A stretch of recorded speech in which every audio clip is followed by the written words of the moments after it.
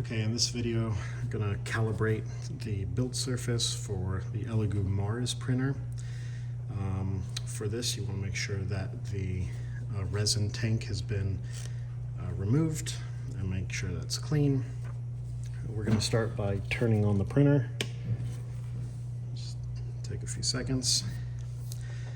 Now for the Mars printers, this is, I believe, the original Mars model. There's a Mars 2 as well.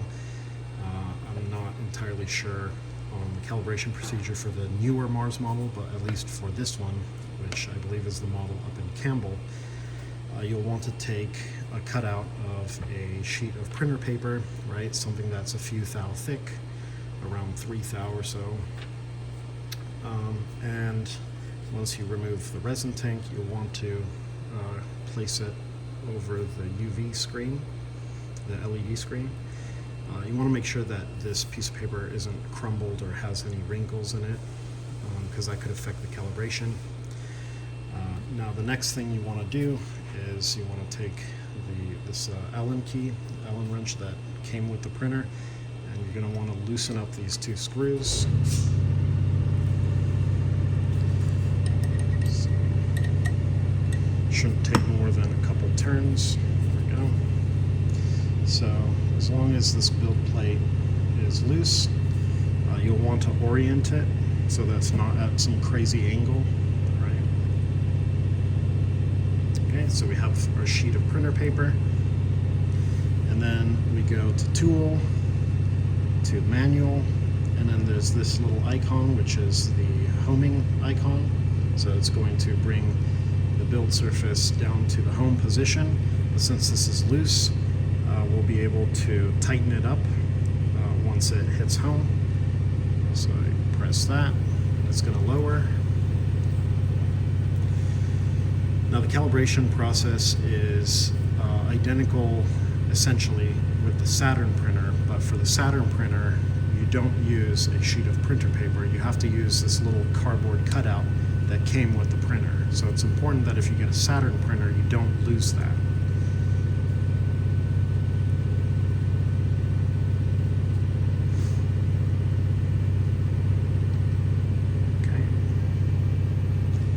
So now it's in the home position, and you can still move it around.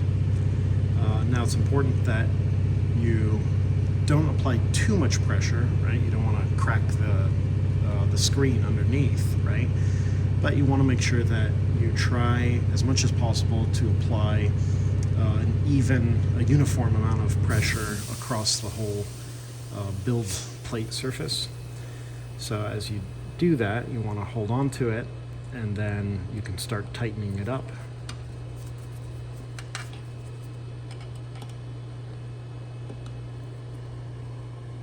It's a little awkward to do with the camera in the way, but okay.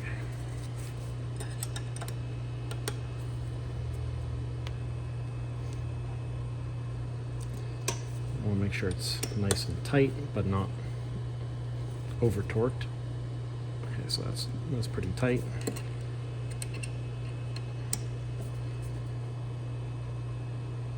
Okay, that's good. So once you've tightened it, you can take this piece of paper and slide it around. And you can use it to feel around and see if there's any pinch points, right? Meaning that this plate hasn't been tightened flat compared to the surface, right? So if you're able to slide it around, that's a good sign. And you should be able to slide it around and rotate it without feeling any pinch points at, like, for example, at corners of this build surface. Okay, so now that we can check it once more.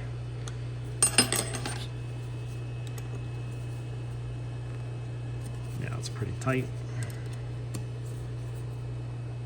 Oh, and of course, before any of this is done, you want to make sure that this is pretty tight, right? Because otherwise, if this isn't tight, then you'll have to recalibrate. So, okay, now with the 10mm option, we can move this up a few times. So 1, 2, 3, 4, hit it 5 or 6 times. Then you can remove this sheet of paper. And now that we have a clean resin tank, we can, actually let's raise this a bit more.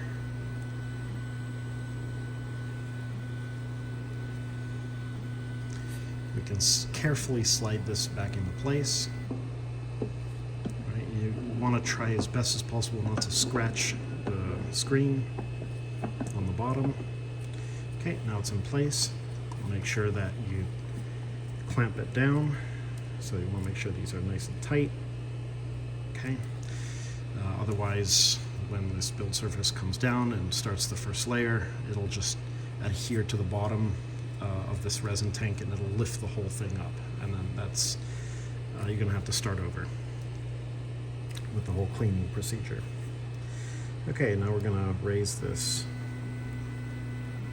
more. You want to make sure you don't hit this button too many times, because otherwise it's going to hit the top of this and it's going to make some very bad sounds. Yeah, so just be careful how many times you hit the raise button. Okay, so now we're ready to pour the resin.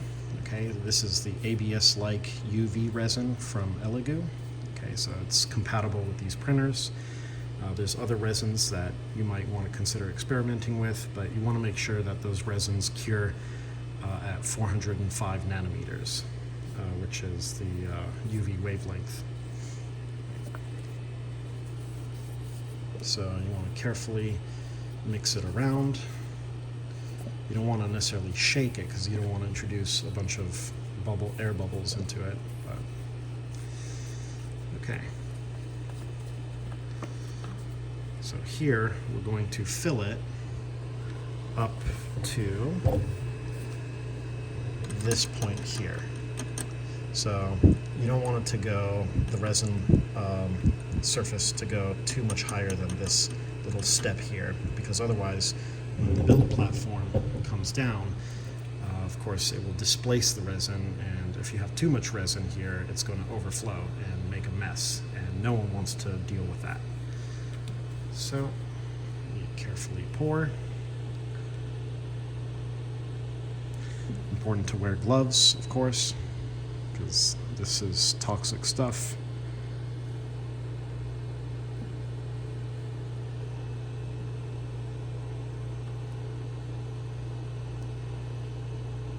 So keep pouring until it gets up to that step in the corner.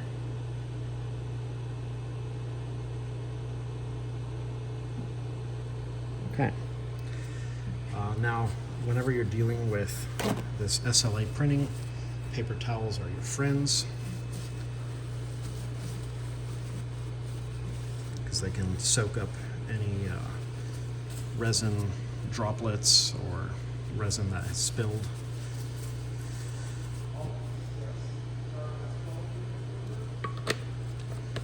Okay, and now you're ready to start printing. So another note, make sure that the resin isn't exposed to ambient light, or obviously not direct light, because it will start curing. So that's why we have these handy covers. So try not to leave the resin exposed for too long. Okay. And you might have to lower the build platform a little, otherwise this cover will just kind of sit on top.